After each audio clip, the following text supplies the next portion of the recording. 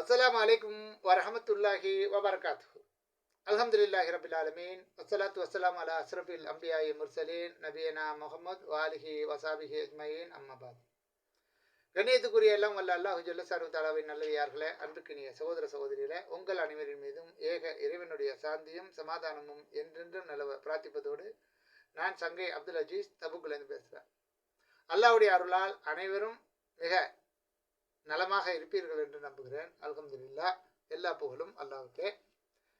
இது இறுதி நபியின் இறுதி பேருரை.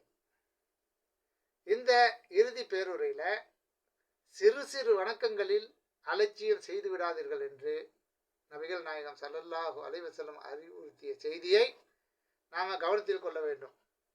நபி ஸல்லல்லாஹு அலைஹி வஸல்லம் சொல்றாங்க, உங்களுடைய பூமியில தான் வணங்கப்படுவதை விட்டும் சைத்தான் நிராசை அடைந்து விட்டான். என்ன, நம்பிக்கை இழந்துட்டான். இனிமேல் நாம் இவர்களால் நம்ம வணங்கப்பட மாட்டோம் அப்படின்னு அவனுக்கு புரிஞ்சு போச்சு. எப்போ இஸ்லாத்தை நம்ம ஏற்றுக்கொண்டு படைத்தவன் எல்லாம் ஒருத்தன் தானே நம்ம சஹாதா மொழிந்து கலிமாவை சொல்லிட்டோமோ, முஸ்லீமாக ஆயிட்டோமோ, அந்த மக்கள்கிட்ட என்ன இனிமேல் நாம் வணங்கப்பட மாட்டோம் அப்படிங்கிறது அவன் தெளிவாயிட்டான்.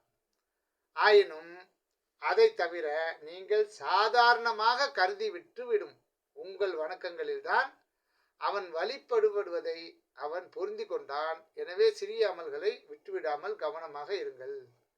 இது நூல் ஹக்கீம் 318 பாகம் 1 பக்கம் 171. மக்களை அறிந்து கொள்ளுங்கள், உங்களுடைய இந்த ஊர்களில் ஒருபோதும் தான் வணங்கப்பட மாட்டோம் என்று சைத்தான் நிராசை அடைந்து விட்டான், புரிந்து கொண்டான். ஓகே, அதனால இனிமேல் நீங்க யாரும் அவனை வணங்க போறது இல்லை. ஆனாலும் நீங்கள் கேவலமாக கருதும் அமல்கள் மூலம் அவனுக்கு ஒரு வழிபாடு உருவாகும். கவனம். அதன் மூலம் அவன் திருப்தி அடைந்து விடுவான். அறிவிப்பவர் அம்ர் பின் அல் அஹ்வஸ், நூல் திருமதி 2085. அப்ப சைத்தானுங்கிறவன் முழுமையாக இந்த பூமியிலிருந்து வணங்கப்படக்கூடாது.